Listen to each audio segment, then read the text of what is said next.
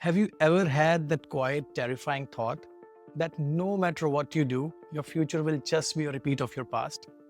That the same doubts, the same anxieties, the same patterns you struggle with today might still be there in a year or even five? That is the pain of the gap we introduced in our first video. In our first video, we put a name to the source of these patterns, your autopilot. But it's one thing to know it's there. It's another to understand the invisible rules that give it so much power over your life. Hi, my name is Aayush. In my former career as a chief digital architect, I designed complex systems for the outer world for Fortune 100 brands. But as we discussed in our first episode, my own inner system failed. And that failure cost me almost everything. That journey forced me to become an architect of the inner world, using my system thinking to deconstruct the human mind. My mission with this channel is to close the gap between the person that you are and the person you're meant to be. This is part 2 of our 6-part series called The Becoming. Today we are looking directly at the invisible code. We will uncover the 2 secret weapons that make the autopilot's programming feel so permanent. Because if you want to write a new story for your future, you first have to understand the language of your past. If you haven't seen that first episode where we map out the entire inner war and the Great Mismatch, I highly recommend starting there for full context. By the end of today, you will understand why your negative thoughts are so sticky, why can't you just logic them away, and why changing your habits feels so hard. Now a quick check-in. What's your most stubborn thought? That one loop that shows up no matter how much you try to change. Keep that in mind. Let's continue the story of Adam. After discovering his own inner war, Adam starts to see his autopilot's tactics everywhere. He sees it running on invisible scripts. Something like, don't do it. It's too risky. What if it fails? Stay safe. Stick to what you know. He sees it at work, where the autopilot's fear of failure paralyzes him, forcing him to choose the safe, predictable path over the one that could lead to real growth. He's living the life and the pain of the midlife reinventor, trapped by the illusion of security. For you, it might be the imposter syndrome of a creative artist, the social anxiety of a student, or the self-doubt of a new parent, forcing you to choose the predictable path over the one that could lead to real growth. Adam sees it in his social life, where he defaults to people-pleasing. It's a program that learned long ago the fastest way to avoid conflict is to become invisible. It's not that he hasn't tried to be more assertive. He has read the books on boundaries, but in the moment, the old programming is just faster.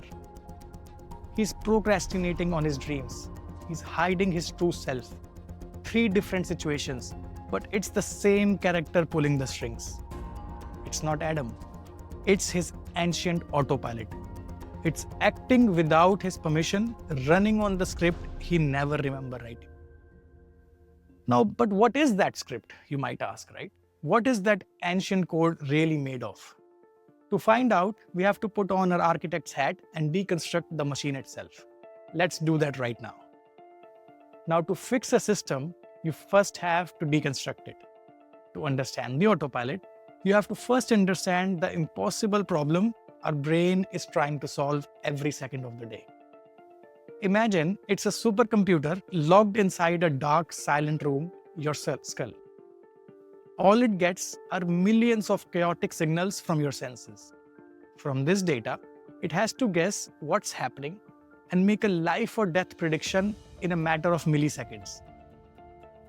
But what's the actual scale of this problem? How much data are we really talking about? Neuroscientists estimate our senses take in around 11 million bits of information every single second. But only about 50 bits reach our conscious mind. Let that sink in. 11 million bits are filtered down to 50 to get our conscious attention. Now, to manage that colossal gap without crashing, the brain has no choice but to create aggressive filters and shortcuts. These shortcuts or conclusions written during the high emotion moments of our childhood, become the autopilot's source code. Now, this source code is not a blank slate. We are all born with an ancient blueprint of fundamental survival fears. For thousands of years, these were not bugs, they were features. They were actually there to help us. They are what kept our ancestors alive. But we have to be very clear about this code's primary purpose. Its goal is not to make you happy or fulfilled or to help you achieve your dreams. Its primary and overriding mission is to make you survive the day. Survival over happiness. And that distinction is huge. Now, this millisecond prediction that it makes, this is experienced as the inner voice that tells about what you're going to automatically do or might have done already. What a brilliant mechanism. The only problem is, in modern world, this ancient programming has become dangerously dysfunctional. This is the great mismatch in action. Let's deconstruct it. Now, seeing this ancient fears clearly is the first step to understanding your own automatic reactions in the modern world. The first one is the fear of rejection. Now, the ancient fear was being publicly shamed or cast out of the tribe, which meant certain death in the wild. The modern trigger of the same fear, an opportunity to speak up in a meeting or post a creative idea online.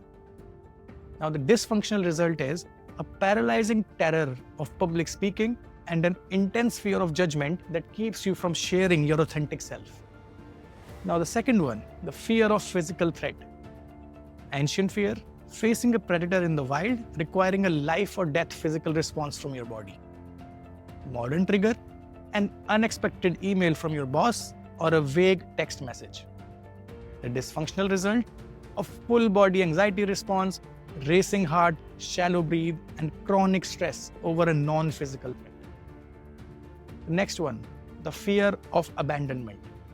The ancient fear, being left behind by your partner or tribe, which meant vulnerability and death. Modern trigger, a loved one not texting back immediately or needing some space. The result, a sickening knot of anxiety in your stomach and a painful spiral of insecurity and catastrophic thinking. And finally, the drive for social status. The need to constantly track your social standing within a small tribe, ensure access to resources and mates. Modern trigger, casually strolling through social media feed. The result, a compulsive habit of comparing your real life, others' curated reels, leading to a chronic and overwhelming sense of inadequacy. Do you see the mismatch? Programming in our brain is life or death, but the context is not. Our nervous system is still running the same ancient, high-stakes software in a completely new world. It's painfully comical for me. So the brain uses this universal blueprint, but you might be asking, how does it become my specific fear, my specific insecurity? And that's where the brain customizes the blueprint. It takes those powerful, high-emotion moments, especially from your childhood, when that primal fear of rejection meets a personal experience, like being shamed by a teacher or authority figure like a parent for a simple creative idea. The brain forges a very specific predictive code. My ideas are dangerous. To be safe, I must be quiet. I am not good enough. This is how your personal I am conclusions are formed deep inside the autopilot's code. You might be thinking, but why does it forge such a deep identity level belief? Why an I am statement? Because from the autopilot's survival focused perspective, this is the ultimate shortcut. If the code is I am not smart enough, then the brain doesn't have to waste energy evaluating every new creative opportunity. The answer is always pre-calculated, avoid it and find a reason for it. It's a brutally efficient rule designed to guarantee safety by eliminating risk before it even arises. And of course, it's not just one conclusion. Over a lifetime, your autopilot builds hundreds of these stories, creating a complex web of interconnected patterns. This entire system is designed to scan a situation and in less time than it takes to blink, pick the right shortcut to keep you safe. And it's not just using your I am stories as data. It's also filtering that prediction through your conclusions about how the world works and even how you feel in the moment. We will deconstruct that entire lightning fast prediction process in our next video, but for now, just know that these I am conclusions are the core of the autopilot code. Now, if you have a voice in your head right now saying, "What is he talking about? This is who I am." This is exactly the voice of autopilot we are deconstructing. Now, you might be thinking, if I consciously know my idea is not dangerous, why can't I just decide to stop believing I'm not good enough? Why doesn't logic just win? It's a fantastic question because conscious logic is trying to argue with deep biology. This brings us to the autopilot's first secret weapon, a fundamental law of your mind, Hebbian law. The law is simple. Neurons that fire together, wire together. Every time you repeat a thought, you strengthen the physical connection between those neurons. Your brain, in its all its efficiency, literally paves that pathway, turning a dirt path into a superhighway. That automatic, unstoppable urge to procrastinate, that is the feeling of your mind being pulled by a kind of neurological gravity down a superhighway you have been unconsciously paving your whole life. Think about it.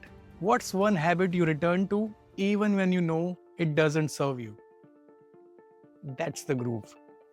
And this loop is supercharged by a cognitive bug called confirmation bias.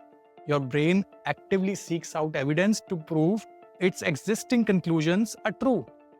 So if your code includes the conclusion, "I am not smart enough," it will scan your reality for any piece of data that confirms it, while ignoring all the evidence to the contrary. Have you ever experienced a scenario where you got many positive pieces of feedback on something you did, but your brain, driven by confirmation bias, will latch onto the one slightly neutral or negative comment and say, "See, proof, I knew it."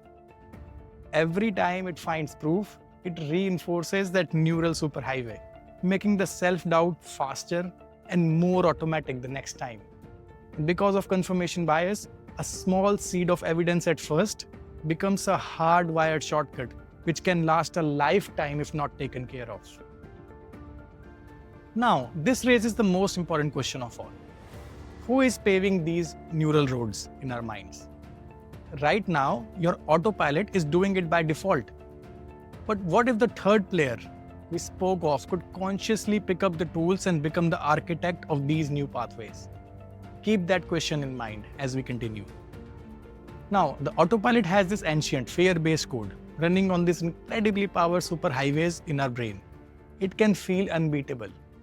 But can we actually feel this programming inside ourselves right now? Let's make this real. I want you to bring to your mind your most common negative thought pattern, your greatest hit, so to say. The one that shows up when you're stressed or tired. Now let's go a layer deeper. What is the "I am" conclusion that's hiding underneath that thought? The deep, fundamental story that thought is trying to protect. The one thought you wished was not there.